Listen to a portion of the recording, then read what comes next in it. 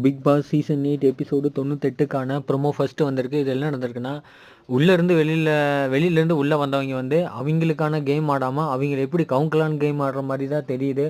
அதை தான் வந்து இவர் தெளிவாக புரிஞ்சுட்டு விஜய் சேதுபதி சார் கொஸ்டின் கேட்குறாரு.